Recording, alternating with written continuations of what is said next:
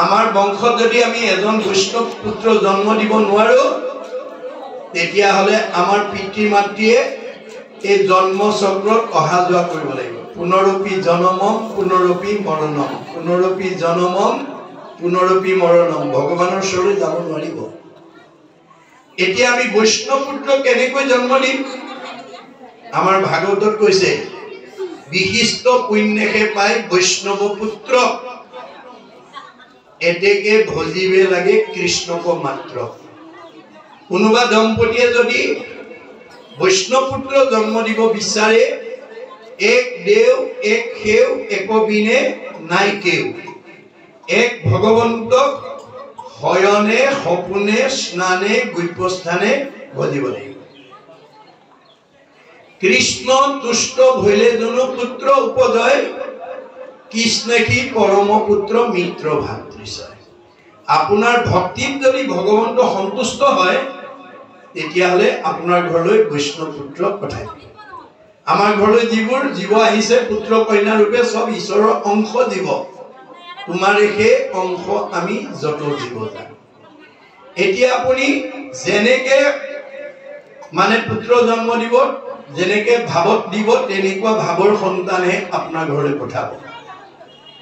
আপুনি এতিয়া সৃষ্টি কাৰ্যত আমাৰ বহুত উঠি অহা প্ৰজন্মই কেনেকৈ ল'ৰা ছোৱালী জন্ম দিব লাগে নাজানে। নজনাৰ কাৰণে বহুত বহুত কোৱালিফাইড দম্পতীৰ মাজত সংঘাত হৈছে। কেনেকুৱা? কোনোবা দম্পতী লাগে এটা ল'ৰা, পাই এজনী ছোৱালী, কাৰোবাক লাগে এজনী ছোৱালী, পাই এটা ল'ৰা, সংঘাত আহি আছে। কিন্তু ভগৱানে কৈছে তোমাক ল'ৰা লাগিলে ল'ৰা দিম, ছোৱালী লাগিলে ছোৱালী দিম। তোমাৰ হৃদয়তে মই সোমাই আছো, সমস্ত ভূতৰে মই আছো হৃদয়ত। কি কাৰণে আছো? যাদৃশী ভাৱনা জৈস সিদ্ধি ভগতি তাদৃশী। যোনে যেনেকৈ ভাবে তেওঁৰ মনৰ ভাৱনা তেনেকৈ পূৰণ কৰিবৰ কাৰণে মই হৃদয়তে আছো। ভগৱন্ত কল্পতৰু বৃক্ষ, ভাগৱত কল্পতৰু বৃক্ষ, ভগত কল্পতৰু বৃক্ষ, পাৰিজাত কল্পতৰু বৃক্ষ। মনত ৰাখিব, কল্পতৰু বৃক্ষ কাক কয়? যিজোপা গছে যি বিচাৰে তাকেই দিব পৰা ক্ষমতা যিজোপা গছৰ আছে, সেইজোপা গছক কল্পতৰু বৃক্ষ বুলি কয়। আমাৰ বেদৰ মতে কল্পতৰু বৃক্ষ 4জোপা। ভাগৱত কল্পতৰু বৃক্ষ, ভগৱন্ত কল্পতৰু, ভকত কল্পতৰু আৰু পাৰিজাত কল্পতৰু। আপুনি যি বিচাৰে তাকেই পাব। আজি ভকতৰ সমাজত মই নজনাটো এখেতে জানে, এখেতে নজনাটো এখেতে জানে, এখেতে নজনা এখেতে জানে।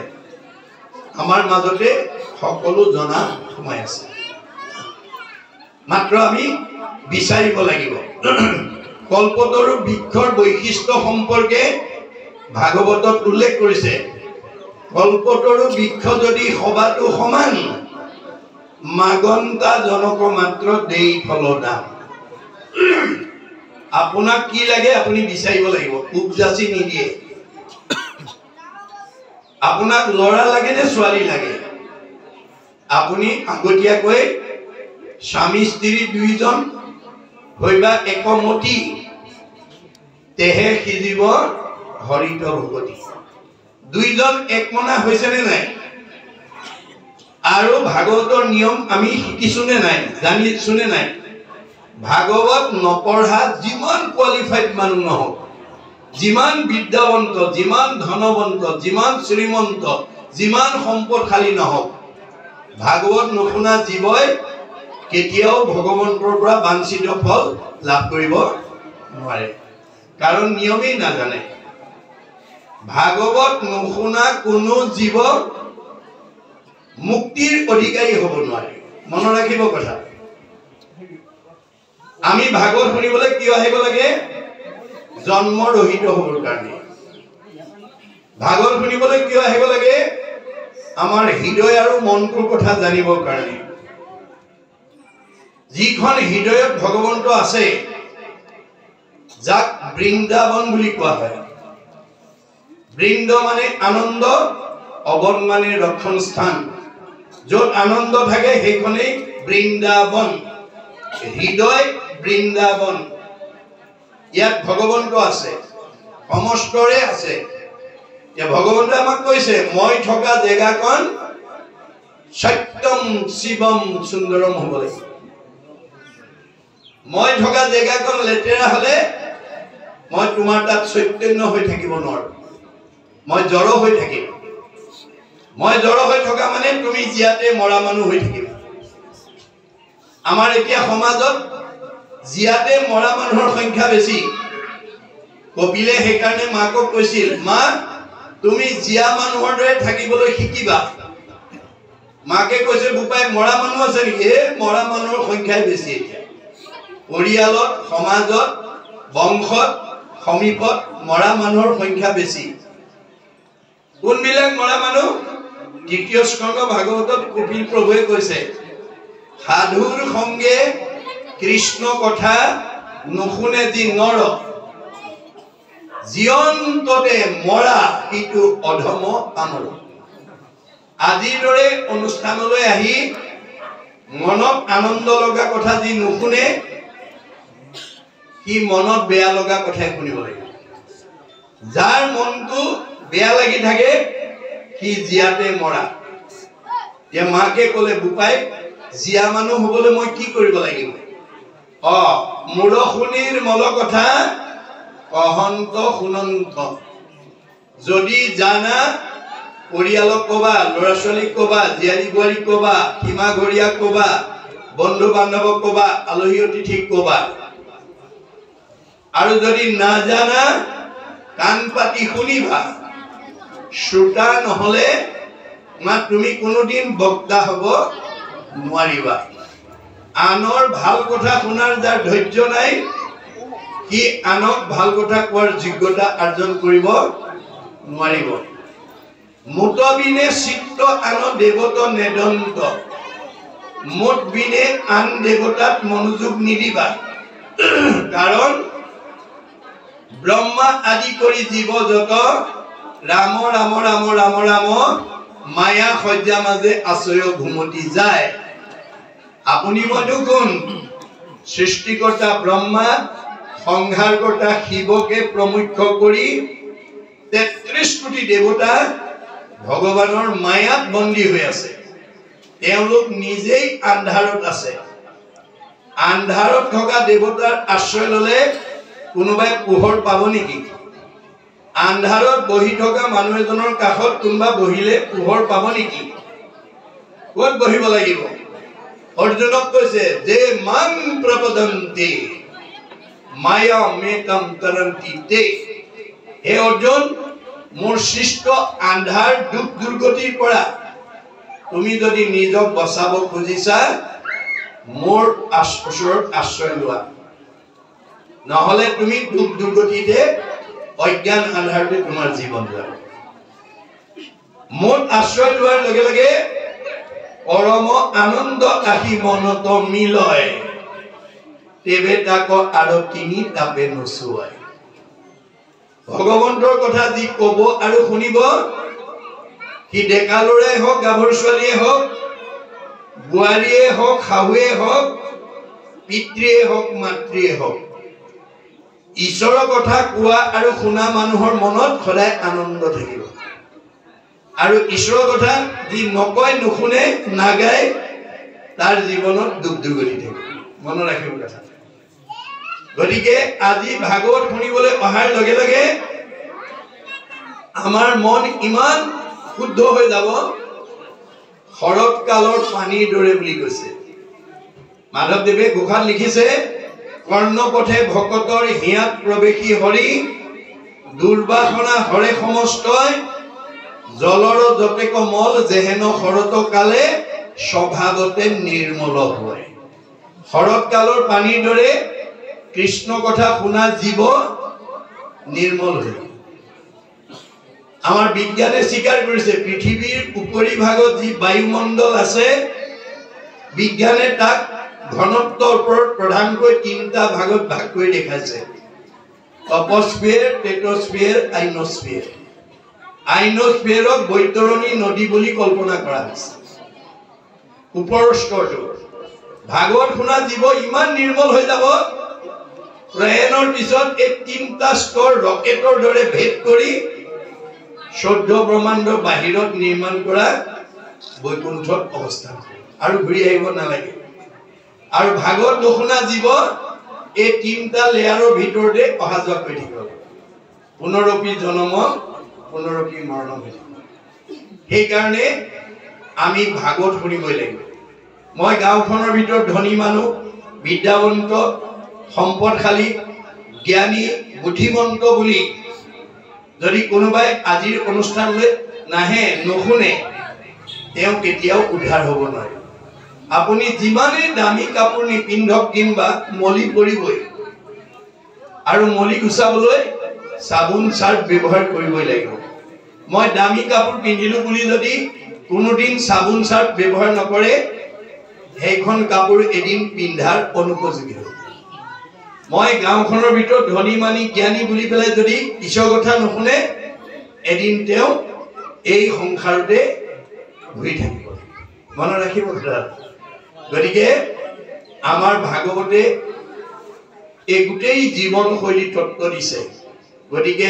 আমাৰ উঠি অহা প্ৰজন্মই এই কথাখিনি জানিব লাগিব আমাৰ ভগৱন্তই কৈছে তোমাক যি লাগে মই তাকে দিম কিন্তু নিয়মখিনি শিকি ল'বা মই ভাগৱতত গোটেই নিয়ম বান্ধি থৈ আহিছো গুৰু ৰূপে 8 প্ৰকাৰ সদাচাৰ কায়ৰ সদাচাৰ বাক্যৰ সদাচাৰ মনৰ সদাচাৰ গমন সদাচাৰ শৌচ সদাচাৰ অন্ন সদাচাৰ স্নান সদাচাৰ শয়ন সদাচাৰ এই 8 প্ৰকাৰ সদাচাৰ যি মানি চলিব তাৰ বেমাৰ আজাৰ নহয় আয়ুস বাঢ়িব তাৰ আয়ুস বঢ়াব পাৰিব আপুনি ভগৱানে দিয়াতকৈ আয়ুস বঢ়াব পাৰিব ভগৱানে আমাক আয়ুস কিমান দিছে মনুষ্যৰ আয়ুসত বৰিষ সংখ্যা আমাক সবকে 100 বছৰ দি পঠিয়াইছে ভগৱানে কাকো কমাই দিয়া নাই তৎসত্ত্বেও আমাৰ বহুত মানুহ 100 বছৰ ভোগ কৰিবলৈ নোপোৱাকৈ গুচি গৈছে কিয়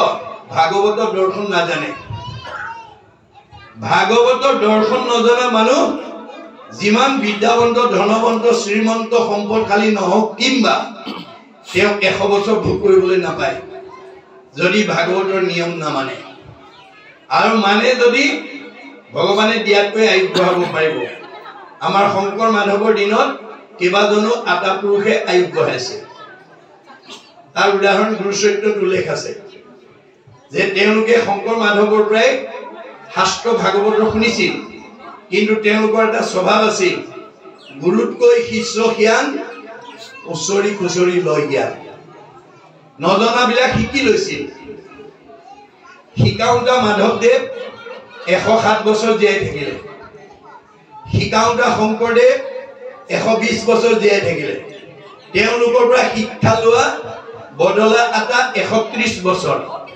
ৰাম আটা 140 বছৰ মথুৰা দাস আটা 151 বছৰ বয়সলৈ আয়ুস বঢ়াইছে গুৰুতকৈও শিষ্যই আয়ুস বঢ়াইছে কিয় ভাগৱতৰ নিয়মখিনি তেওঁলোকে পালন কৰিছে মনত ৰাখিব কথাটো আমাৰ জীৱনশৈলীৰ কথাখিনি জানিবৰ কাৰণে ভাগৱত শুনিবলৈ আহিব লাগে আপোনাৰ হৃদয়খন কৃষ্ণ থকা হৃদয় কৰি ৰাখিছেনে অসুৰ থকা হৃদয় কৰি ৰাখিছে যিখন হৃদয়ত কাৰো প্ৰতি বেয়া ভাৱ নাই হিংসা খ্যাল অন্যায় কাম ক্ৰোধ লোভ মোহ এই ভাৱবোৰ যাৰ হৃদয়খনত নাই সেইখন সুন্দৰ হৃদয় সেই হৃদয়ত ভগৱন্ত চৈতন্য হৈ থাকিব সেই সুন্দৰকৈ ৰখা হৃদয়খনৰ লোকজন ডেকালৰে হওক বা গাভৰু ছোৱালীয়ে হওক বোৱাৰীয়ে হওক বা শাহুৱে হওক খোলা হাঁহি মাৰিব পাৰিব সব মানুহে খোলা হাঁহি মাৰিব নোৱাৰে ধন টকা পইচা গাড়ী মটৰ পকা ঘৰ দুৱাৰ থাকিলেও খোলা হাঁহি মাৰিব নোৱাৰা মানুহৰ সংখ্যাই বেছি কিয় তেওঁলোকৰ হৃদয়খন মানে লেতেৰা কৰি ৰাখিছে আসুৰিক ভাৱ সোমাই ৰাখিছে আসুৰিক ভাৱ কোনবিলাক কাম ক্ৰোধ লোভ মোহ মদ মাৎসৰ্য ঈৰ্ষা হিংসা কুৎসুত কপট ঠগ প্ৰবঞ্চনা পৰনিন্দা পৰচৰ্চা অভিমান অহংকাৰ পৰ অন্যায় জেদ ভাৱ এই আসুৰিক ভাৱবিলাক যাৰ হৃদয় থাকিব এখন লেতেৰা হৃদয়ত কৃষ্ণ চৈতন্য হৈ নাথাকে কৃষ্ণ চৈতন্য হৈ নথকা হৃদয়খনৰ মানুহে ফুলা হাঁহি মাৰিব নোৱাৰে ফুলা হাঁহি মাৰিব নোৱাৰা মানুহৰ চেহেৰা ভাল নহয় কমনীয়তা নাবাঢ়ে আয়ুস নাবাঢ়ে বাইবেলত চলোমনে কৈছে এ মেৰি heart doeth good like a medicine a broken heart dried the bone যাৰ হৃদয়ত আনন্দ থাকিব মেডিচিনৰ দৰে কাম কৰিব চেহেৰা ধুনীয়া কৰিব কমনীয়তা বঢ়াই দিব আয়ুস বঢ়াই দিব আৰু যাৰ হৃদয়ত দুখ বেদনাই ভৰি থাকিব কি আৰু ঘিউ মৌ খাও হাড়লৈকে শুকাই যাব আহাৰে চেহেৰা ভাল কৰিব নোৱাৰি যদি মনটো আনন্দত ৰাখিব নোৱাৰে মন বেয়া হৈ থকা মানুহে যিমান ঘিউ মৌ খাওক তাৰ আয়ু কমি যাব চেহেৰা ভগ্ন হৈ যাব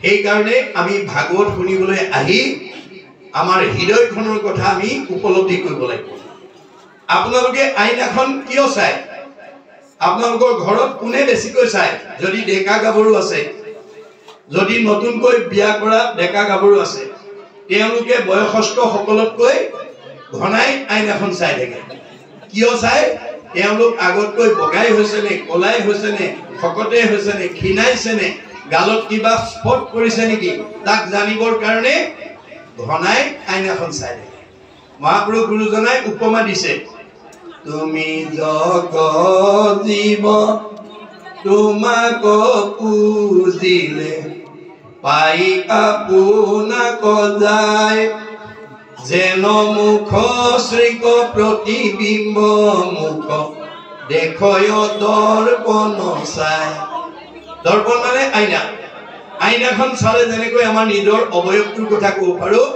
ভাগৱত শুনাৰ লগে লগে আমাৰ হৃদয়খনৰ কথা ক'ব মোৰ হৃদয়খন ভগৱান থকাৰ কৈ উপযোগী কৰি ৰাখিছোনে আসুৰিক ভাৱেৰে ভৰাই ৰাখিছো মোৰ মনটো শুদ্ধ পথত আছে নে ভুল পথে গৈছে যদি ভুল পথে গৈছে আপোনাৰ শৰীৰে ৰোগ ব্যাধি ভুগিবই লাগে ভাগৱতত কৈছে মনে পাপ কৰে যায় লাগয় জীৱন শিকাৰণে জীৱে দুখৰ ভঞ্জে সংসাৰত আমাৰ বহুত মানুহৰ শৰীৰত বেমাৰ হৈছে কিয় মনটো সংযম কৰিব নোৱাৰাৰ কাৰণে মনটো সদাচাৰ কৰিব নোৱাৰাৰ কাৰণে নাখাবলগীয়া খাইছে নকৰিবলগীয়া কাম কৰিছে নাযাবলগীয়া ঠাইলৈ গৈছে যাৰ কাৰণে তাৰ প্ৰতিক্ৰিয়াটো দেহে ভোগ কৰিছে আপোনাৰ মনে বেয়া কাম কৰিলে শৰীৰে ভোগ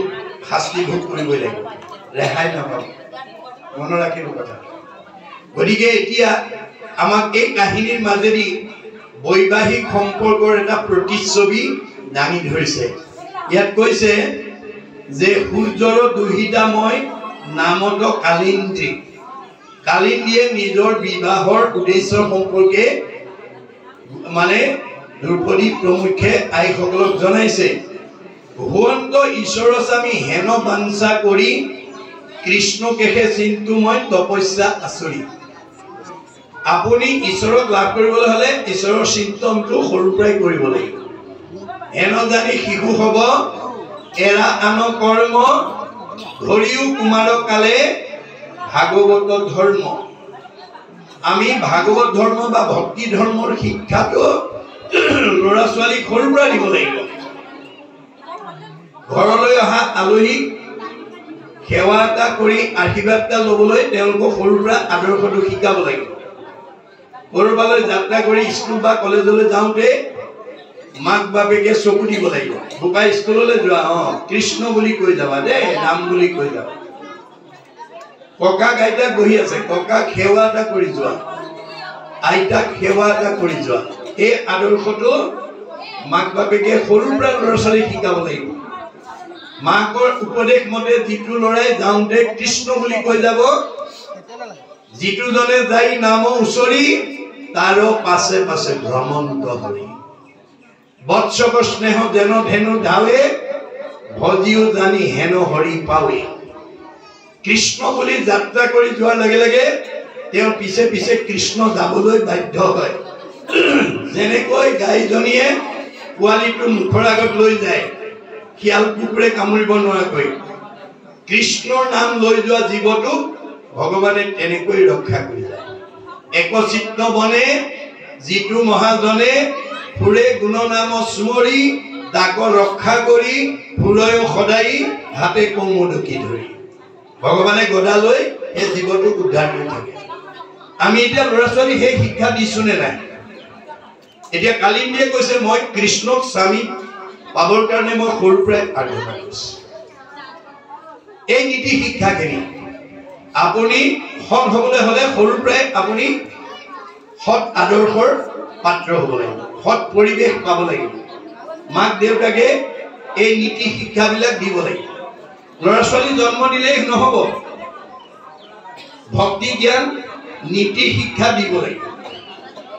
যি মাক বাপেকে ল'ৰা ছোৱালীক ভক্তি জ্ঞান নিদিয়ে, নীতি শিক্ষা নিদিয়ে, তেওঁলোকৰ মাক বাপেকৰ উপাধি লোৱাৰ যোগ্যতা নাই বুলি পঞ্চম স্কন্ধ ভাগৱতত ঋষভ প্ৰভুৱে 24 অৱতাৰৰ অন্যতম অৱতাৰ ঋষভ প্ৰভুৱে কৈ গৈছে।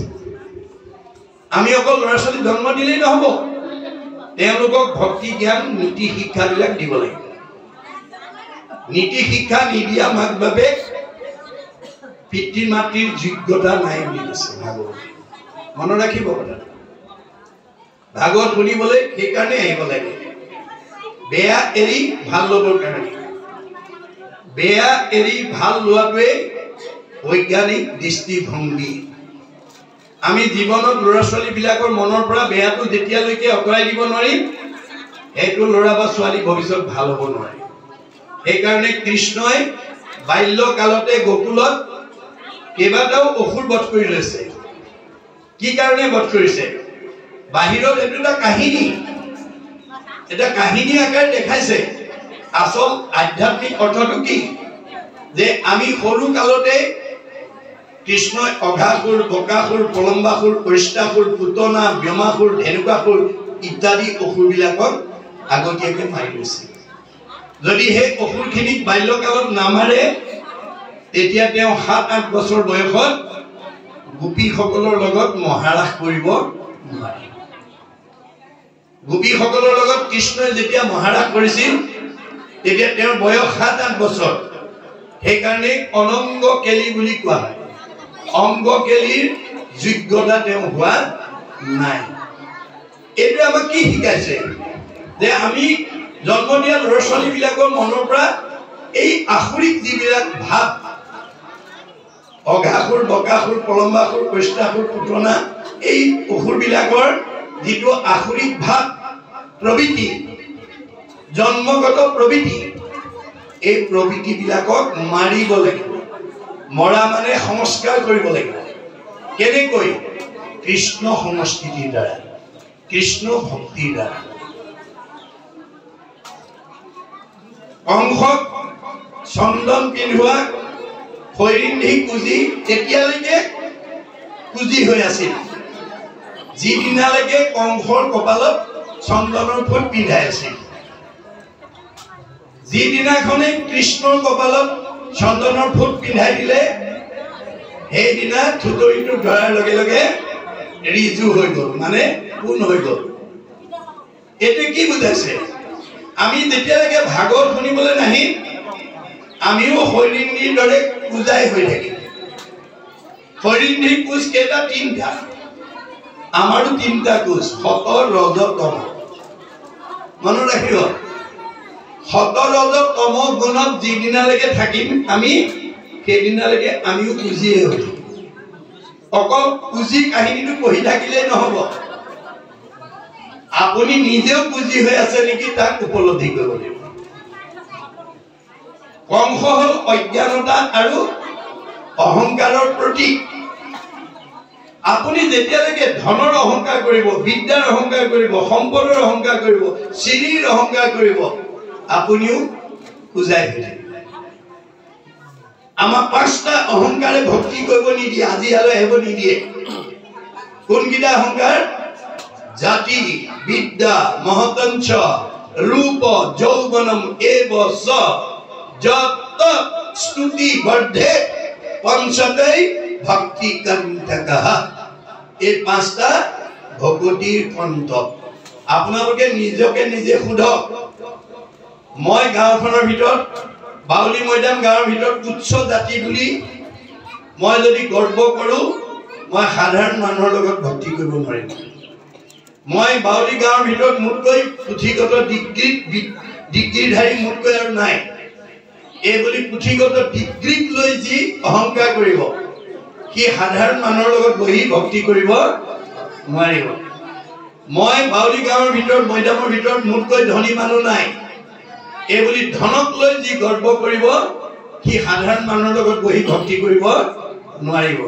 শ্ৰী আমাৰ কিছুমান মানুহ চেহেৰা বগা চগা ধুনীয়া হলে ক'লা মানুহক নামাতে, নাচাই, তেনেকুৱা স্বভাৱ আছে যদি এৰিব দেই। কাৰণ আপুনি এই বাউলী গাঁৱত মৈদাম গাঁৱত এজনী ভাল বোৱাৰী, এজনী ভাল ছোৱালী, এজন ভাল ডেকা ল'ৰা, এজন ভাল মতা মানুহ, এগৰাকী ভাল মাইকী মানুহ হৈ এইখন গাঁৱত থাকিবলৈ আপুনি পূৰ্ব জন্মতে প্ৰাৰব্ধ কালতে ভগৱানক আহ্বান জনাইছিল, আৰাধনা কৰিছিল। সাধনাৰ ফলতহে আপোনাক বাউলী মৈদাম গাঁৱত আনতকৈ ধুনীয়া বোৱাৰী এজনী বা ছোৱালী এজনী কৰি ভগৱানে জন্ম দিছে। গতিকে সুন্দৰক লৈ গৰ্ব নকৰিব। সুন্দৰক বান্দৰ কৰিবলৈ ভগৱানৰ বেছি সময় নালাগে। আপুনি মইনো কোন? তেওঁৰ পৰম বৈষ্ণৱ মানে নাৰদ। নাৰদ মুনিয়ে এদিন বৈকুণ্ঠত গৈ কৃষ্ণৰ লগত সংলাপ কৰি থাকোঁতে প্ৰসংগতে ক'লে, প্ৰভু মৰ্ত্যত মোৰ সমান সুন্দৰ ব্যক্তি দ্বিতীয় নাই। তেতিয়া কৃষ্ণই মিচিককে হাঁহি পেলাই ক'লে, নাৰদ এইষাৰ কথা যি মোৰ আগতে ক'লা দেই, আনৰ আগত আৰু নক'বা। নাৰদে মনে মনে থাকিল। নামি অহাৰ লগে লগে তেওঁৰ মনত আকৌ আগৰ ভাৱটো আহি গ'ল। মই দেখিবলৈ ধুনীয়া, সেইটো ক'লেও অপৰাধ লাগে নেকি? কৃষ্ণটো চবৰে হৃদয়তে আছে, আপুনি কি ভাবে গমেই পাই গ'ল। এওঁ দেখোন অহংকাৰটো আকৌ আহি গ'ল। এতিয়া এওঁক যদি মই এই শ্ৰীৰ অহংকাৰটো আঁতৰাই দিব নোৱাৰো, অনাগত দিনত এই অহংকাৰৰ কাৰণে তেওঁ সমাজৰ অপ্ৰিয় হৈ যাব। কাৰণ অহংকাৰী মানুহক কোনো সমাজৰ মানুহে ভাল নাপায়। সি যি বিষয়তে অহংকাৰ নকৰক, ধনৰ অহংকাৰেই কৰক, বিদ্যাৰ অহংকাৰেই কৰক, শ্ৰীৰ অহংকাৰেই কৰক, সম্পদৰ অহংকাৰেই কৰক, অহংকাৰী মানুহক কোনো সমাজৰ মানুহে ভাল নাপায়। গতিকে এওঁ সমাজৰ অপ্ৰিয় হৈ যাব। সেইকাৰণে তেওঁ গৈ থকা বাটতে যুগবলে এখন স্বয়ম্বৰ পাতি দিলে। স্বয়ম্বৰৰ কন্যাগৰাকী বিশ্ব সুন্দৰী, তেওঁ সুন্দৰকহে মালা পিন্ধাব। নাৰদৰ কাণত কথাটো পৰি গ'ল। নাৰদে ভাবিলে মোতকেতো সুন্দৰ মৰ্ত্যত আৰু দ্বিতীয় ব্যক্তি নাই, আজি এইগৰাকীক মই লোৱা হ'ব। এই বুলি স্বয়ম্বৰৰ প্ৰথম আসনখনতে নাৰদ গৈ বহিলগৈ। তাৰ কাষতে গন্ধৰ্ব, তাৰ পিছত ৰজামহ। দেৱতাৰ ভিতৰত গন্ধৰ্ববিলাক ধুনীয়া। কইনাই যেতিয়া মালালৈ ওলাই আহিছে, নাৰদে ভাবিলে মোৰ ডিঙিতটো আজি সোমাবই আৰু। ওচৰ পোৱাৰ লগে লগে ডিঙিটো যেতিয়া আগবঢ়াই দিছে, কইনাই তেওঁলৈ কটাক্ষ দৃষ্টিৰে চাই যেতিয়া আগবাঢ়ি গৈছে, তেতিয়া গন্ধৰ্বজনক কৈছে, কি হ'ল কথা? বোলে তুমি আইনাখন চোৱা গৈছো। আইনাখন চাইছে, নাৰদক বান্দৰ কৰি বহুৱাই থৈ দিছে। সুন্দৰক বান্দৰ কৰি বহুৱাই থৈ দিছে। নাৰদে গম পাই গ'ল, এইটো প্ৰভুৰ কাম। লগে লগে নাৰদেও অভিশাপ দি দিলে, প্ৰভু তুমিও এদিন এই বান্দৰৰ সহায় লৈহে উদ্ধাৰ হ'ব পাৰিবা। গতিকে অভিশাপ দিয়াৰ লগে লগে ভগৱানেও ত্ৰেতা যুগত ৰাম অৱতাৰত বান্দৰৰ সহায় লৈ সীতাক উদ্ধাৰ কৰিব লগা আছে। এইবোৰ কাহিনী। এই কাহিনীৰ মাজেদি আমাক কি বুজাই আছে যে আমি কোনো বিনাশী সম্পদক লৈ যাতে অভিমান কৰিব লগা নহয়। অভিমানে আমাক ভক্তিৰ পৰা অতৰাই দিব। আপোনাৰ যিমান ধন ধান টকা পইচা গাড়ী মটৰ পকা ঘৰ দুৱাৰ থাকিও যিজনে ভগৱন্তৰ নাম ল'ব পাৰিব, মনত ৰাখিব কথাটো, সেইজনক ভগৱানে সকলো বিপদৰ পৰা উদ্ধাৰ কৰে বুলি ভাগৱতত উল্লেখ আছে। অসম্পদ কালত যিজনে ভজয় ঐ ঈশ্বৰক নিষ্ঠ কৰি তাৰ অমংগল সকলে গুচয় তাক ৰক্ষা কৰে হৰি। ধনে ধনে টকাই পইচাই গাড়ীয়ে মটৰে পকা ঘৰ দুৱাৰে নদন বদন হৈ আছে, কিন্তু ভগৱন্তৰ নাম নেৰে। সেইজনক সকলো বিপদৰ পৰা ভগৱন্তই উদ্ধাৰ কৰে বুলি ভাগৱতত উল্লেখ আছে। কিন্তু আমাৰ স্বাভাৱিকতে কি হয়, ধন ধান টকা পইচা গাড়ী মটৰ পকা ঘৰ দুৱাৰ হলেই আমাৰ অভিমান হৈ যায়। আমি ভকতৰ সংগলৈ নহা হওঁ, নামঘৰলৈ নহা হওঁ, গুৰু সেৱা কৰিবলৈ সময় নোলায়, ঈশ্বৰৰ কথা এটা শুনিবলৈ আজৰি নাই, ক'বলৈও আজৰি নাই, এনেকুৱা এটা অৱস্থাৰ আমি দাস হৈ যাওঁ। কিন্তু ভগৱন্তই কৈছে মই দিয়া ধন ধান থাকি যি মোৰ নাম ল'বলৈ পাহৰি যায়, তাক এদিন মই মোৰ নাম লোৱাবলৈ বাধ্য কৰাই দিম। কেনেকৈ? এনেকুৱা এটা বেমাৰ লগাই দিম যিটো ডাক্তৰ চিকিৎসা কৰিও ভাল নহয়। সেইদিনা কিন্তু তেওঁ মোক মাতিবলৈ বাধ্য হ'ব। কি বুলি? পাৰ কৰা ৰঘুনাথ সংসাৰৰ সাগৰে। বিপদত পৰি মোৰ নাম লোৱাজনক মই ভাল পাওঁ বুলি কোন শাস্ত্ৰত কোৱা আছে? আপদ কালত ত্ৰাহি ত্ৰাহি বোলে নুবোলে সম্পদ কালে তাংক প্ৰতি তুষ্ট হৈবন্ত ঈশ্বৰ। এইটো কোনো শাস্ত্ৰে কহে? কোন শাস্ত্ৰত উল্লেখ আছে যে বিপদত পৰিলে ঈশ্বৰৰ নাম ল'লে তেওঁ ভাল পাব বুলি? অৰ্থাৎ সেইজন স্বাৰ্থপৰ, যি বিপদত পৰিলে ঈশ্বৰৰ নাম লয়। আমি সমাজপ্ৰিয় জীৱ, man is a social animal. আমি সমাজপ্ৰিয় জীৱ। আমি সকলো সময়তে সম্পদ বিপদ সকলো সময়তে সমাজৰ লগত আমি সম্পৰ্ক ৰাখি চলিব লাগে। সম্পদৰ কালত সমাজলৈ নাহে, বিপদত হলে সমাজ বিচাৰে। সেইজন কেতিয়াও সমাজৰ প্ৰিয় হ'ব নোৱাৰে। যি মানুহে বিপদত পৰিলেহে সমাজৰ ওচৰলৈ আহে, সম্পদৰ সময়ত সমাজৰ লগত সম্পৰ্ক নাৰাখে, সেইজন মানুহ কোনো সমাজৰ প্ৰিয় হ'ব। যিজন মানুহক সমাজে বেয়া পায় সেইজন মানুহক ভগৱানে বেয়া পায়। যিজন মানুহক সমাজে ভাল পায় সেইজন মানুহক ভগৱানে ভাল পায়। মনত ৰাখিব কথাটো। এই তথ্য আমাক দিছে। গতিকে এতিয়া তেওঁ আমাক এই বাৰ্তা দিছে কালিন্দী সূৰ্যৰ জীয়েকে, যে কোনোবা ছোৱালীয়ে যদি মনে ভবা স্বামীৰ পত্নী হ'ব বিচাৰে, তেতিয়াহ'লে তেওঁ সৰুৰ পৰাই ঈশ্বৰ ভক্তি প্ৰেম হ'ব লাগিব। ঈশ্বৰক তেওঁ মনৰ কথাখিনি সৰুৰ পৰাই জনোৱাৰ এটা পৰিৱেশ আমি দিব লাগিব। সেই আদৰ্শৰে অনুপ্ৰাণিত কৰিব লাগিব। কাৰণ এতিয়া কাৰো ঘৰলৈ স্বয়ং বৈকুণ্ঠপতি কৃষ্ণ আহি নকহি তোমালোকৰ ল'ৰা ছোৱালীকেইটা পঢ়া শুনাত ভাল হ'ব, আয়ুষ্মান হ'ব, ঘৰখন মংগল হ'ব, এইবুলি কাৰো ঘৰলৈ, কাৰো সমাজলৈ, কাৰো নামঘৰলৈ বৈকুণ্ঠপতি কৃষ্ণ আহি আশীৰ্বাদ নিদিয়ে। কোনে দিব?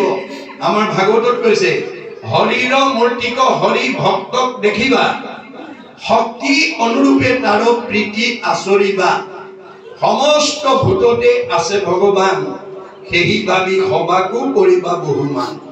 ভগৱান চবতে আছে, কিন্তু মূৰ্তিমন্ত হৈ ভকত বৈষ্ণৱ আলহী অতিথি আছে। গতিকে আপোনাৰ ঘৰলৈ অহা ভকত বৈষ্ণৱক আদৰ সম্ভাষণেৰে পাদ্য অৰ্ঘ্য লৈ আচমনি কৰি আসনত বহুৱাই ল'ৰা ছোৱালীকেইটাক মাতি আনি আশীৰ্বাদ এটা ল'ব।